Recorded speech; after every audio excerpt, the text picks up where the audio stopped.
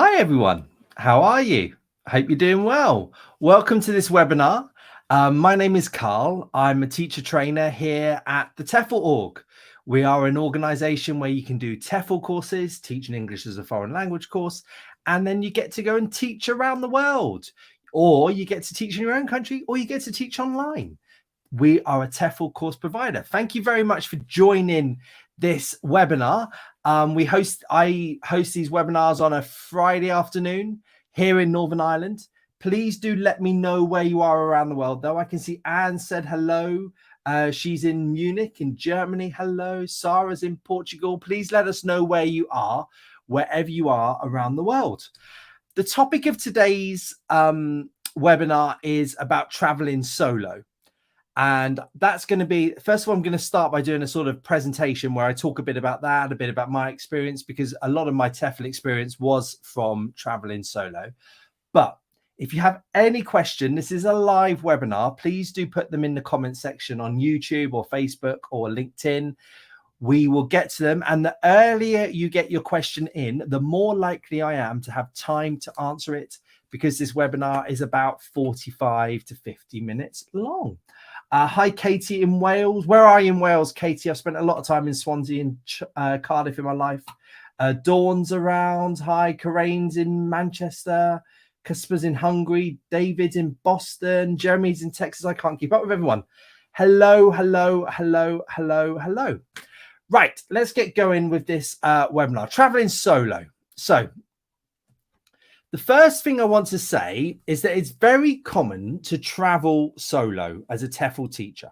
It's common as a backpacker as well, but as a TEFL teacher, it's very, very common to go abroad and arrive on your own, maybe with no idea what you're letting yourself in for, hopefully a bit, but arriving at a country and not really knowing anyone there apart from maybe the people that have interviewed you. Absolutely fine. And I think most TEFL teachers do this. So I myself arrived in a country without knowing anyone in the following places. I arrived in Iraq, didn't know anyone, got on absolutely fine. In fact, I met my wife in Iraq, got to meet some cool local people. The students were fantastic. I ended up leaving Iraq with a lot of really good friends. Arrived, not known anyone. Vietnam was one of my first teaching destinations. I went there, I worked for a university. I didn't know anyone, got very lucky that it was a really cool staff room full of really cool people who liked to have fun, who I got on with, played tennis with, played football with, went to bars with. Absolutely fantastic. Left Vietnam with lots and lots of friends. Japan, I also arrived there, first of all, on my own. Slightly, I would say, more difficult than Vietnam for myself in my situation to make a lot of friends. We had quite a small staff room, and I met 2 or 3 really good friends there, but also probably not as many as I met in Vietnam and Iraq. But again, Japan, I ended up staying there for a good number of years, worked at a few different places, really loved it, absolutely fantastic. Arrived on my own. China, I went on my own and I had a great time, made lots of friends. Now, the thing that I would say about my time in China is this was like basically Facebook had only just been invented by the time I was there. Wasn't as easy to sort of find events. It wasn't as easy to sort of find gigs. That I love going to gigs, for example, wasn't as easy to find that sort of thing. So I did have a bit more difficulty in China than I did in the other countries, but I'm guessing it's a lot more different now with the advent of the technology we have and listings and that kind of thing that you can find really easy online. I'm just going to quickly answer that question. ADFX, you just popped up in there. Where did I teach in Japan? So I first of all taught in Yokohama, and then, which is right next to Tokyo. It's basically linked to Tokyo. There's just a small river in between it. And then I ended up working in Tokyo itself. I did not teach in a rural area at all. I was all about the mega cities in Japan because that's what I wanted. Good question, ADFX. We've done webinars just about Japan, so might be worth thinking about that one. All right. Now, every country and every school I've worked in has had solo people. The majority of people I've met working abroad as a TEFL teacher have been people that have gone there on their own. And there are couples for sure that you meet that go around TEFLing, but the majority of people I think go there on their own. Yeah. And don't feel like you're going to be there and everyone's going to be all like in these groups, or like a group of friends have gone together and they've ended up there. It happens, but really very, very rare. Most of the time, most TEFL teachers I train, most TEFL teachers I've met abroad have been solo people. And one of the advantages of going alone, if you're not really sure, now the first thing is you can pick where you want to go. Many, many years ago, I went backpacking and I really wanted to go to Africa and just really sort of go through lots of different places in Africa, and really wanted to do it. The person I was with did not want to go. They just wanted to go straight through to Australia, and we couldn't really work it out together. And it wasn't really great. We ended up going to Australia together, but we went different ways there. It sort of didn't work out as much as we can. So if you're going on your own, it's very, very easy to pick where you want to go, basically around the world, and do what you want to do. You're not in a couple bubble. Now, I have met TEFL couples that have gone abroad, and some have a really nice time together. It's this really romantic thing to do. You get on really well. What a great adventure to do together. Fantastic. But I've also met TEFL couples that have gone abroad and it really hasn't worked out. They find it a bit more difficult to meet people. They find, that they sort of just spend all their time together all the time. And it can be quite intense. If you're a couple in your own country, you've got your friends around you, but all of a sudden, if you're in another country and the only person you've got to rely on, apart from yourself, is the couple, the person you're with, that can be quite difficult. Yeah. So just be a bit aware, that kind of thing. There's less arguments for sure. I think if you're going on your own, it's quite hard to argue by yourself. Just absolute freedom, basically, in terms of what you want to do, in terms of where you want to go. If you're part of a couple and you go abroad and you've got this really big interest and you're in a great city like Tokyo where you can do all this kind of thing, but then you arrive there and you're with someone else, they don't really want to do it, but they feel they have to tag along, their enthusiasm isn't as good, that kind of thing. I think, going on your own, having a bit of freedom and finding these hobbies, these events, these sort of things you want to do, absolutely great. You just don't need to worry about anyone else. It's really, really freeing going abroad by yourself. It's okay. Of course, you've got your parents and your family back home and you do worry about them, of course.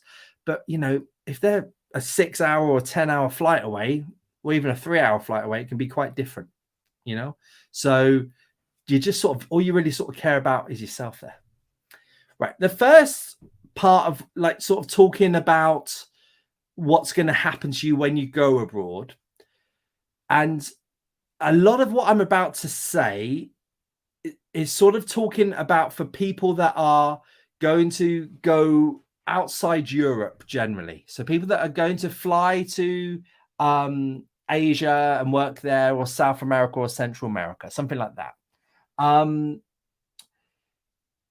The reason why Europe is, a lot of schools in Europe won't do what I'm about to say, but a lot of schools in Asia, Central America and South America will do what I'm about to say. And this is for people that have who are applied for the job in their own country and then are going to fly to that country. This won't happen for people that are already in the country. Yeah. So many places will pick you up from the airport. And this can be a big thing when you arrive in a country and you don't know anyone, and you walk through those doors after you've picked up your suitcase, and you're sort of really daunted because you open those doors and you realize, I don't know a single person in this country. But most jobs and many places, I'm talking about schools, basically. They will stand there with the board with your name on, and they will pick you up in a taxi or something like that. Lots of places where I've lived has done this. Okay, so it's really, really useful thing to do. They also should provide some accommodation. Now, some schools will give you the accommodation for the whole year, 2 years you've signed up a contract for. Fine. That there's pros and cons to that. Pros being you don't have to worry about finding your own accommodation. Cons being it might not be the best accommodation, might not be the most suitable for you. A lot of schools, though, what they actually do is they sort of give you accommodation for the first maybe 2 weeks, maybe first month, maybe even just the first few days. They'll tell you that in the interview. And you know that they're going to pick you up at the airport. They're going to take you to that accommodation, and you know where you're going to stay those first couple of weeks. Yeah. Really, I think if you're on your own, can be really quite a relief, that. They should also help you to get to the school on the first morning. It's very, very common to for them to pick you up in a taxi, or another teacher picks you up in a car, or another teacher meets you and then takes you on the metro, whatever it might be, and then take you to school so you know which way you're going to go that first morning. All right. And some also arrange, such as a teacher mentor. So that's someone to help you settle in at the school. If you're on your own, you know, introduce you to people, that kind of thing. Especially in big schools, this is a big thing. Okay. All of these are good for people traveling on their own, I think, because if you're with someone else, you can ask, you sort of say to each other, right, is it this way? Is it that way? I don't know. You might have an argument, but you can sort of have a bit less pressure and that kind of thing. All of this stuff, if you are worried about if it is included, ask at the interview. And it's true that some places in Europe will do this.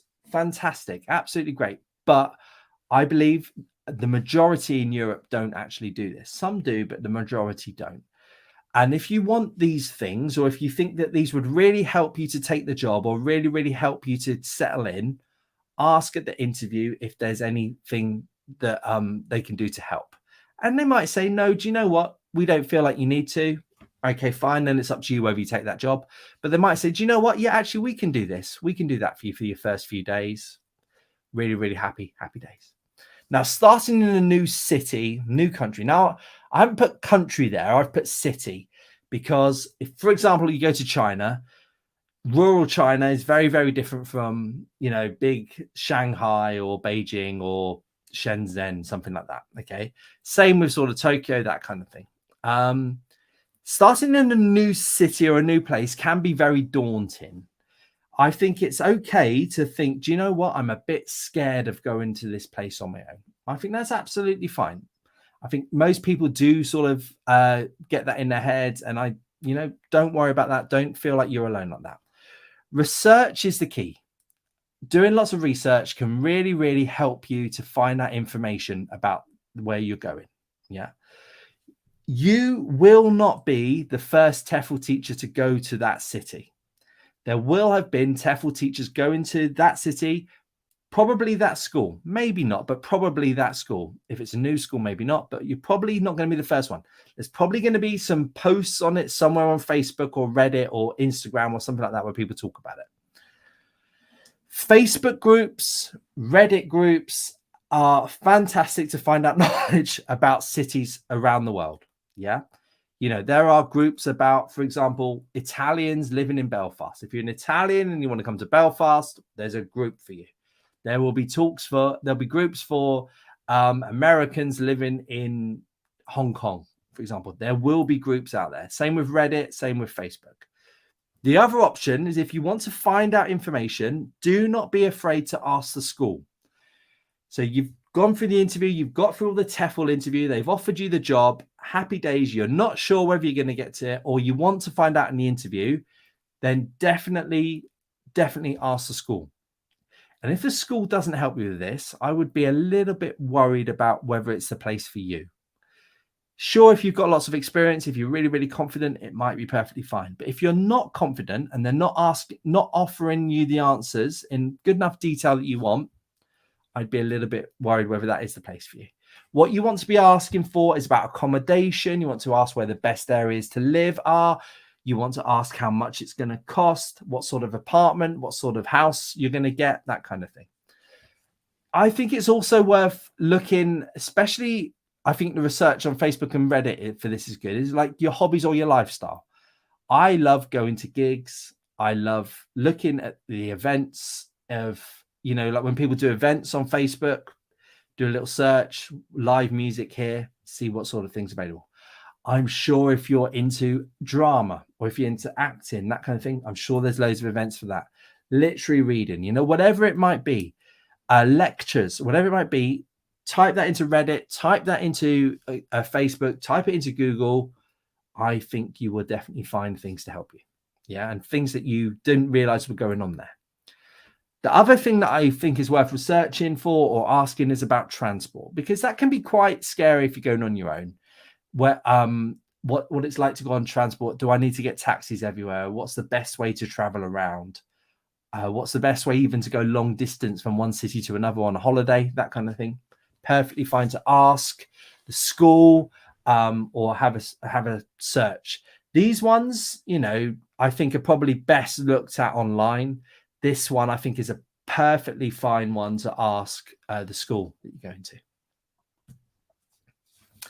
Now, if you are traveling on your own, and I say this from experience, limit your expectations of what's going to happen to you when you're there.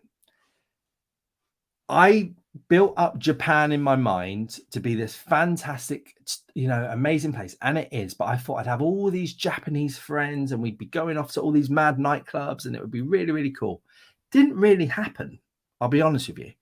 And I sort of expected that when I arrived, that all the Japanese people would be like, oh, look at this Westerner guy. I want to be his friend. Oh, yes, please come with me to this lovely sushi bar. Didn't really happen so much for me. Now, it might have happened for other people, but for me, that was just what I said. And I think that happened to me sort of eventually after I've been there a while, but it didn't happen quickly.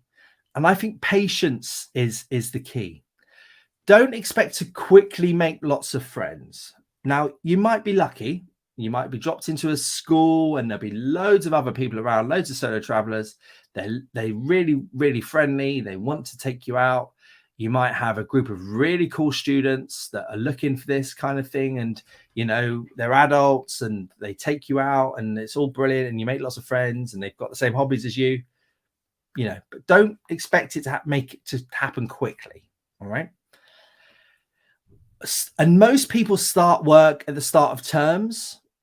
And the other teachers that have maybe been there for a little while, they can be quite stressed at the start of term. They don't know what level they're teaching. They're trying to prepare their lessons. They haven't taught for a while, so they've got to get back into the swing of things. And maybe, the last thing on their mind is to make lots of new friends. So just be a bit aware of that. Know your personality. What sort of person are you?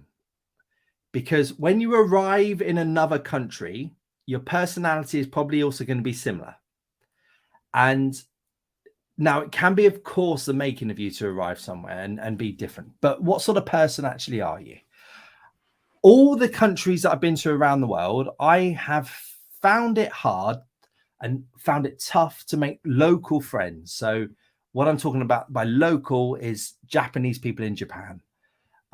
Iraqi people in Iraq, Azerbaijani people in Azerbaijan, for example. Now, I made some, but the majority of my friends came from Westerners or people, foreign people living in that country. Westerners probably isn't the right word there. So people that were sort of expats in that country. And even though I've sort of tried to do this and make friends, it never really worked for me. It's fine. I'm not saying that don't do it because of this. And you might have the complete opposite. But for me, that's what I found hard. But I'm very, very happy to start conversations with people. And sometimes that worked out. Sometimes that didn't. Sometimes I made friends. Sometimes I didn't make friends. But I would never give up trying to start conversation with people. Even now in Northern Ireland, I'm always trying to start a conversation with people. It drives my family wild sometimes. So just know your personality, because the sort of person you are will probably be the sort of person you are abroad. You're not going to change massively your personality, that kind of thing. So what you really, really need to do is be friendly.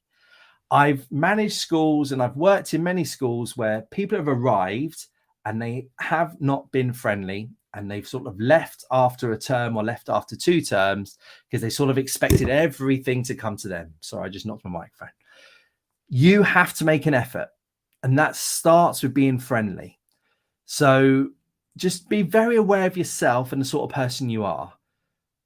You're not going to have loads and loads of people coming to you necessarily saying, come join in, let's be friends forever. Might work, might not. Just be a bit friendly, and then that will come from there. Be patient. Now, I am not a female. I hope you sort of guessed. But I want to talk a bit about females, yeah, and about tips for going abroad. Now, and my wife has worked abroad, so I asked her to help this. She went there solo before me. Right, so know the culture you are going to. Yeah, so know first of all the sort of religion you're going to, but within religions there can be quite big differences. So you know how, for example, ladies are treated in Saudi Arabia can be quite different to how ladies are treated in Malaysia. Similar religion, you know, but just be aware of sort of the localities within that. What is considered the norm locally? So is it okay, for example, for a girl to go on her own in a taxi? Some countries that's seen as, you know, sort of unexpected or very, very rare, to such an extent that taxi drivers won't deal with it because they just don't want to get involved about it. Or, you know, is it perfectly fine for that kind of thing? Is it okay for girls to go on their own to a bar? Or is that seen as absolutely insane and mad? Just be a bit aware, do some research, that kind of thing would help you. Ask to speak to a female teacher working at the school. Not always, but a lot of the bosses are blokes, and they might not be aware of some of the issues that ladies have got in the country. I, you know, have taught around the world, and I probably was not aware of some of the issues that that girls had around in the countries I lived in. So I think you're perfectly fine to ask to speak to a female teacher and ask her these sort of questions about anything you'd be worried about. You know, they might even be really, really happy to talk about it. So that's what I would say. Ask to speak to a female teacher. Find female teachers on Instagram. There are loads and loads of blogs and like accounts of a girl living in Tokyo, or a girl living in Shenzhen. Yeah, I think they would absolutely love for you to either write in the comments or send them a message, that kind of thing. Asking, we've got a TEFL org group. So that's different from the page you're looking at. This is a discussion group on TEFL. If you type into Facebook, TEFL org, you'll find a group, join that, put some questions in that. People will definitely answer for you, okay? I can see these questions. I promise you I'm going to get to these questions at the end as I got to this. A couple more slides. Right. Next thing I want to talk about is the look of love. Don't necessarily think it will be easier to find love abroad. I think that I know people that have found love abroad, absolutely, for sure. But I sometimes think that there are people who think they'll just arrive in another country and people will be all over them. The girls will be all over me. Japanese girls. Oh yeah, come to me. Didn't quite happen so much. You know, perhaps I wasn't sort of culturally aware enough. And I think now what does happen for people, maybe it's not as easy as you think. Take your time to find love. I hope I don't sound like a dating coach because I'm really not one, but take your time and be careful, you know, make sure that the person who is dating you, if is in it for the right reasons. And I don't really want to go into it much more than that, but, you know, just be aware of why they want to go out with you. Dating apps are used really widely in every country that I've been in. So, you know, that's the sort of thing that you're into, go for it. Absolutely, it will work for you. Respect the local traditions in terms of how quickly things might progress. So we know local traditions about sometimes having to meet the family, take gifts, all that kind of thing, because these can be really, really important for people. Don't sort of think that you can go there and you can just be like how you were dating in London or something like that. respect the local traditions. And I think it's really important to be honest about your intentions. So I got into TEFL to travel and to visit many different countries. And, I wanted to make sure that the people I met knew that, because I did not want to, for example, when I was in Vietnam, I never went into TEFL to live in Vietnam forever. I went into TEFL to go to Vietnam, then go to Japan, then go to Sri Lanka, then go to Azerbaijan. And, the person that you're dating might not be up for that at all. And I think it's only fair for you to sort of be honest about that kind of thing. All right. Right, some final tips, then I'm going to get to these questions. Right, technology makes it easier to meet people than it ever has before. I'm really, really sure about this. So, Facebook, as I said, Instagram, that kind of thing. I really wish I'd had it when I lived in China. It was really, really difficult out there. Yes, of course, I know that there's people don't use Facebook and Instagram so much in China. But, if I'd been a bit more up for WeChat and that kind of thing, if I'd known a bit more how to use it, if it was more of a thing, definitely, I think I would have had a much more better time in China. It would have been a lot easier to have found things. Be honest with yourself, what you want out of your travels. If you're going on your own, just be honest with yourself, what sort of person you are, what do you see your life as being out there? Are you going to be the sort of person that is like a social butterfly and goes all around the place and speaks to loads of people? Or are you just quite happy in your own terms? Just be really, really aware of what you can be. If you're worried about being lonely as a solo traveler, I think go for big schools, definitely. They tend to have more people in it. They tend to be more open, I think, that kind of thing. Big multicultural cities have more events where it's easier to meet people and to maybe do the things that you want to do. Cities, I'm sort of talking like Shanghai, Mexico City, Bogota, that kind of thing. They will have loads of events that will probably be linked to the sort of things you're into. You might find people like-minded there.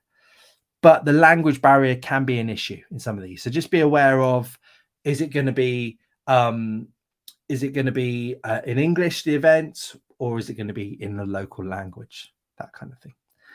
Now, you might find here that I'm not really talked about something that you wanted to know about solo travel. I've just sort of covered the things here that were important to me. So please do get a question in if that's what you want to know something specific about, because that is my last slide. Thank you, everybody, for paying attention. I'm going to get to all those questions now. As I said, the people that got in earliest will get their question answered. Hello, ADFX. We answered that one, didn't we? Roxana, hi.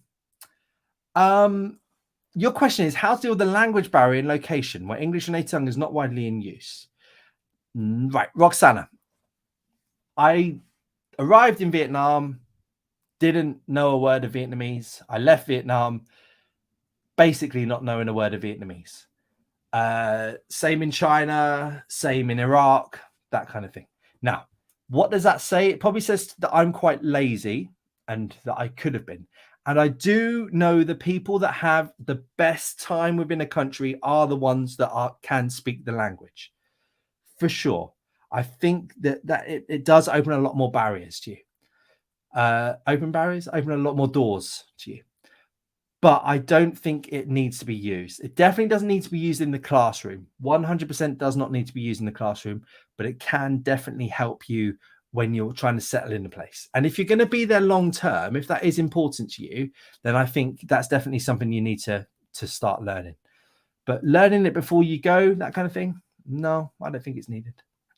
Thank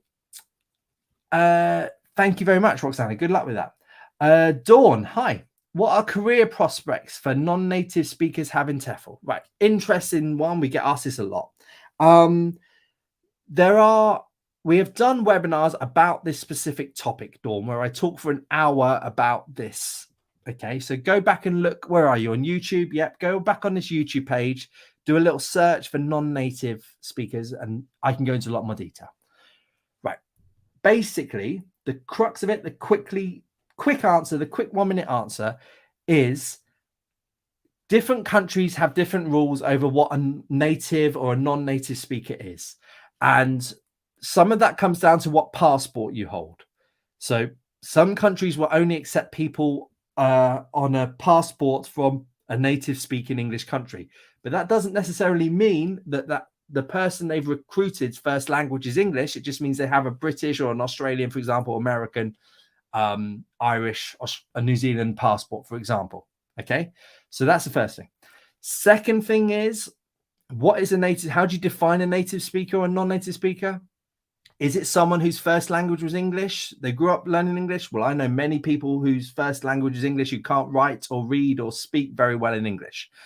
I know many people who have learned English who have a lot better level of writing, a lot better level of reading of English than native speakers. So if you see a job you like the look of and you think, I want to go there, apply for it and tell them your level of English. If you can prove it, all the better. If you can prove it with an IELTS or a TOEFL or a Duolingo English, something like that, if you can prove that, they're much more likely to take you on. But they might turn you down, and it might have nothing to do with your level of English. It might just be that the government of their country does not accept people for working holidays, working visas from your country, Dawn, if that makes sense. I go into it a lot more detail in the YouTube channel. Don't be put off is the final thing I want to say. Thank you for everybody giving me the love about the webinars. I hope I like them. I hope you enjoy them. Sarah, let me just go to your one. Sarah Guerrero, because you're asking that one. Yep, you want to go to Japan to teach English.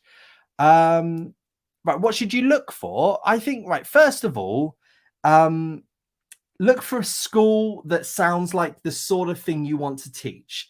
Because if you're happy with your job, then you tend to be happier outside for sure. You know, nobody really wants to spend a weekend dreading their job. My first job I had in Japan was a bit like that, and I didn't really like it. So know what you're getting yourself in for. Do you prefer to teach kids? Do you prefer to work in a language school? Do you prefer to work general English? That kind of thing. Do you want to be rural? Do you want to work in a rural school or a city school? Do you want to join the JET program? That kind of thing. Have a little think about that first of all. Right. I think next, Japan is a massive country, so it's very, very different all over the place. But, Tokyo, for example, has Tokyo, Osaka, Hokkaido, that kind of thing. They, the big cities where there's a lot of stuff going on.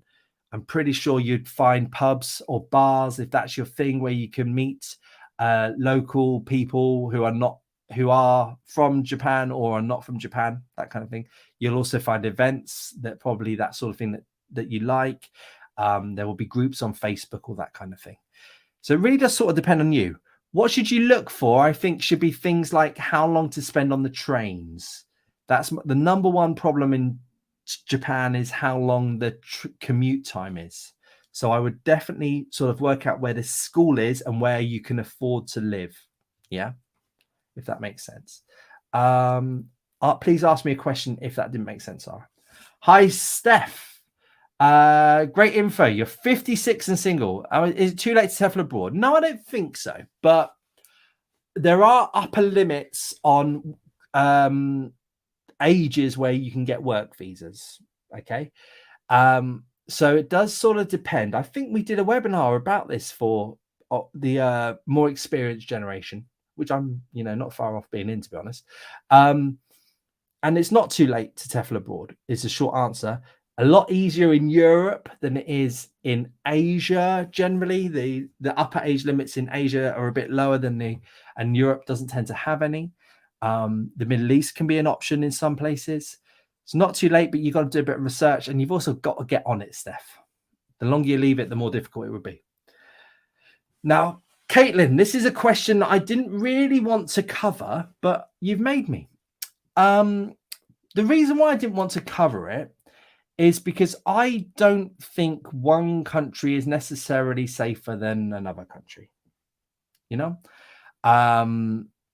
and I've lived in parts of the UK where the crime rate is a lot higher than places I've lived in abroad. And I felt a lot more unsafe in parts of London than I have in than I ever felt in Iraq or Azerbaijan or Japan or China. So that's the reason why I didn't want to cover it, because I didn't want to say that all solo female travelers should go to Thailand, for example. What I would suggest is research and see what sort of lifestyle you want to have, Caitlin. So, if you want to be out and about, go into clubs, go into bars, there are cities where that is really available, where it's a lot of fun. If you want to be sort of just more relaxed and sit on beaches, there are places like, for example, Thailand, where people like to sit on beaches and it's more accepted to just sit on a beach as a single lady. Whereas there are countries where sitting on the beach as a single lady is, even though the beach is beautiful, is not really accepted or seen as a thing to do. And within a country, that can be quite different. So in Sri Lanka, there are touristy places where that's absolutely fine, but there are quite conservative places, for example, where a girl wouldn't sit on the beach by herself. So that's why I didn't want to sort of say everyone should go to Thailand, everyone should go to Sri Lanka, everyone should go there, because it really does depend on the kind of thing that you want to do. What I would say is that every single country, including countries that you might not think of, such as Saudi Arabia, there have been single ladies TEFLing, and they have had a safe, enjoyable experience. You've just got to be wise, Caitlin. If you wouldn't do it in your own country, the sort of things, because you're worried that it would be unsafe, don't necessarily do it in China, Brazil, Argentina, for example. Okay, probably didn't answer your question, but I gave it a go. Caitlin. Hi, Martha. Oh, this is an interesting one. Right. Okay, so taking kids. We've had this experience because I have a daughter of a similar age, and we've thought about going abroad, and we decided not to, even though both me and my wife have spent most of our adult lives abroad. Right. It can be difficult for kids. The first thing, obviously, you've got to get right at that age is school. And, if you're going to drop, I don't know what your first language is, Martha, but if you're going to drop your kid, let's say in Beijing, at school in Beijing, is that school going to be teaching in English or Polish or Lithuanian or Brazil or Portuguese or whatever it might be, whatever your first language is? If they are, happy days. But probably you will need to pay for a private school. That can be quite expensive. So make sure you've got enough money to cover the private school so your daughter can be taught in English. And this is the number one thing that's put us off going abroad, is just how much it would cost to send your kid to an international or private school. Now, there are ways around that. Some jobs offer schooling. Some jobs you could go teach at the school when they let the kids go free, that kind of thing. Just worth thinking about. Right. Tips to help get started is basically you have to make friends, Martha. There will be groups for single mums in Beijing. You've got to find them. You've got to hang out with those parents, and you've got to, because if the kids come with you, they'll hang out together. Happy days. They'll make some friends. Okay. That's what I'd say to you, Martha. Good luck. Right. Abielden. Hi, how are you? Difficult question. Now, first of all, fair play to you for going for it. I think, fantastic, mate. Now, disabilities are seen different around the world. And it is unfortunate in that for example, I can remember doing a business English lesson. I think I told this story last week. I did a business English lesson in Vietnam about disabilities, and about how in the UK, people with disabilities have to be given guaranteed interviews. They have to the company has to make sure that everything is okay for the people with disabilities in terms of their workstations, that kind of thing. They have duty of care towards disabled people. Fantastic. If only the whole world was like that. In Vietnam, they had a very, very the students had a very, very clear thoughts that if you have had a disability, you cannot work. For example, that was the students. Now, so what I'm trying to say is there are cultural attitudes to disabilities that are different around the world. What I would suggest you to do is don't apply for jobs and don't tell them you're disabled at first, and get through the interviews. Hopefully they'll give you the job, then tell them you've got a disability and see how they can cope with it and see what their reaction is to it. Okay. I'm not saying, I've worked in schools where they've taken on people in wheelchairs. They've taken on people with physical disabilities. Absolutely fine. But I have also worked in schools where, these people haven't been seen, and I do sort of wonder why the school hasn't taken on people like that. So that's what I would do. I would also do loads of research on the best countries for it. Generally, again, probably the biggest multicultural cities are the best ones for that, because they're just a bit more open-minded.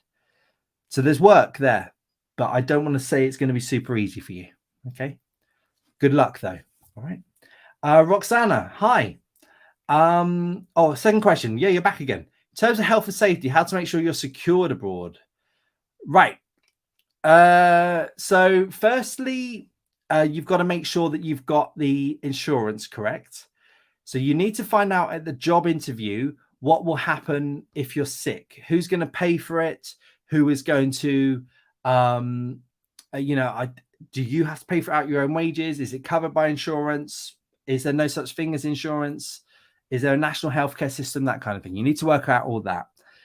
Schools will have a duty of care generally in terms of asking, in terms of contacting your next of kin, that kind of thing. If you do get really, really sick, schools take all those sort of details, that kind of thing. If there is a really, really bad situation, something happens with your parents back home, you need to find out what will happen to you. Will the school be absolutely fine with that happening, or will there be some sort of financial penalty? Will they let you go unpaid for a term? What's going to happen with your accommodation when you have to pay? So these are sort of things that you can ask at interview. Yeah. But generally, I think, once you're abroad, you've got your phone, you just phone loads of people and you say, look, I'm really, really sick, I'm going to hospital. Then a sort of chain of action should go into it. And then basically, schools would have emergency numbers where they would phone people. Yeah. Does that answer your question, Roxana? I hope it does. Right. Any more questions? Let me just scroll back. Michaela, hi. Right. You want to take your cat with you, Michaela. Probably difficult, but you want to take your cat with you to help you be a little bit less homesick. You're going to Tokyo. Any tips? I've never done this, but I know people that have done it. The first thing you got to find out is quarantine laws and that kind of thing. Are they going to put your cat in, if a cat comes to the UK, it has to stay in quarantine in Heathrow Airport or something for like 6 months, I think it is, or 3 months, I don't know. And is your cat going to do that? Who's going to pay for it? Probably you. How much is it going to cost? All that kind of thing. Next thing you've got to work out is, do schools in Tokyo, does the flats in Tokyo allow you to have pets? A lot of places don't. I don't know the answer, for example. You need to find out that information. Yeah. And I think probably a bit of Googling, a bit of Reddit search, a bit of Instagram searching, that kind of thing might help you. I don't know. I'm never going to do it. I don't think I can do a whole webinar on that, but I've tried my best to bumble through that answer, Michaela. You probably noticed. Good luck. Kareen, hi. Is it possible to apply for TEFL jobs while still completing the course? You're doing a level 5 certificate. We'll be traveling to Medellin in September to learn Spanish. You also want to look for work. Get your certificate done before September. You got loads of time. June, July, August. Get it done.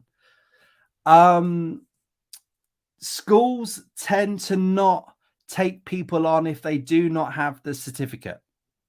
They just tend to not. They want people to have passed, because if schools take on somebody who hasn't passed and then they don't pass, the school is like, well, we've got an unqualified teacher here. It's not very helpful. Get your certificate done. End of story. Corinne, you got loads and loads of time. I think I missed all the questions. Did I miss any other questions, or have we run out of time? I think we have run out of time. Good luck, everybody who's going to go abroad. Sorry if I haven't got to your question, but we've actually have run out of time. I've tried to cover as many as we can. Right. Please, if you have any questions about this, please do contact us. Go on our website, tfl.org. There's a chat with us function. There's a send us an email, basically, function at the bottom. Send us a message like that. Go on our Facebook page. You can send us a message through that. There's somebody there, maybe not at the weekend. They might not get back to you instantly, but they will get back to you at some point. We do also read all the comments. Alan, who's monitoring the chat, he goes through the comments. He loves it. He loves going through the comments, and he loves replying to people in the comments. Thank you very much. Please do like us and tell your mates and all that kind of thing, because we're quite vain here at the TEFL org, and likes means, of course, you're loved, don't they? If there is anything you want us to cover in the future, also do put that in the comments. Thank you very much, everybody. Have a good